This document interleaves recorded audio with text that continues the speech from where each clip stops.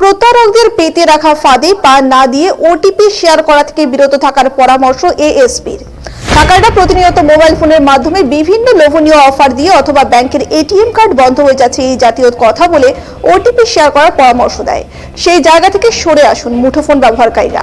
শনিবার বিকেলে রায়গঞ্জের কর্ণজোড়ায় সাইবার ক্রাইম অফিসের সামনে সাংবাদিকদের কাছে এমনই মন্তব্য করেছেন রায়গঞ্জ পুলিশের জেলার অতিরিক্ত পুলিশ সুপার কুন্তল বন্দ্যোপাধ্যায়।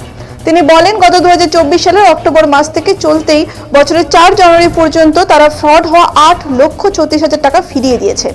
সাধারণ মানুষ সচেতন হলে এই জাতীয় প্রতারণার কারবার অচিরেই বন্ধ হবে বলে ধারণা রায়গঞ্জ পুলিশ জেলার অতিরিক্ত পুলিশ সুপার কুন্তল বন্দ্যোপাধ্যায়ের। তবে কম দামে বাড়ি, কম দামে যন্ত্রাংশ কিংবা যানবাহন অথবা লোভনীয় লিঙ্ক শেয়ার করা থেকে বিরত থাকার পরামর্শ বহু আগেই ব্যাংক কর্তৃপক্ষ দিয়েছে। এবার নতুন করে পুলিশ প্রধানও দিলেন। মানুষ যত দ্রুত সচেতন হন ততটাই মঙ্গল।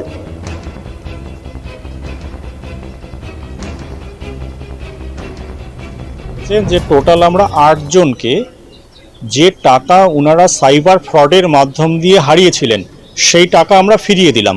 টোটাল 8 জনকে আমরা 8,30,000 টাকা ফিরিয়ে দিয়েছি এবং এদের মধ্যে সর্বোচ্চ টাকার পরিমাণ 4,29,000 টাকা একজনকে আমরা দিয়েছি। আপনারা এর আগেও এই রকম প্রোগ্রাম রায়গঞ্জ জেলা পুলিশের তরফ থেকে দেখেছেন যে সাইবার ক্রাইম পিএসএ আইসি সাইবারের নেতৃত্বে আমাদের যে টিম, সেই টিম সবসময় সাইবার ফ্রডের এগেনস্টে কাজ করে এসছে এবং এর সফলভাবে কাজ করেছে তার প্রমাণ আজকে আমরা দিচ্ছি। এর আগেও আমরা বিভিন্ন সময় এরকম প্রোগ্রাম করে অনেক টাকা মানুষের হাতে ফিরিয়ে দিয়েছি। আমাদের জেলা পুলিশের তরফ থেকে একটাই আবেদন, সাইবার ফ্রড বন্ধ করার জন্য আপনারা যে কোনো সময় যে কোনো মোবাইল থেকে আসা ফোনের প্রত্যুত্তরে কোনোভাবেই ওটিপি শেয়ার করবেন না এবং আপনাদের মোবাইলে নিজস্ব পাসওয়ার্ড আপনারা রাখবেন।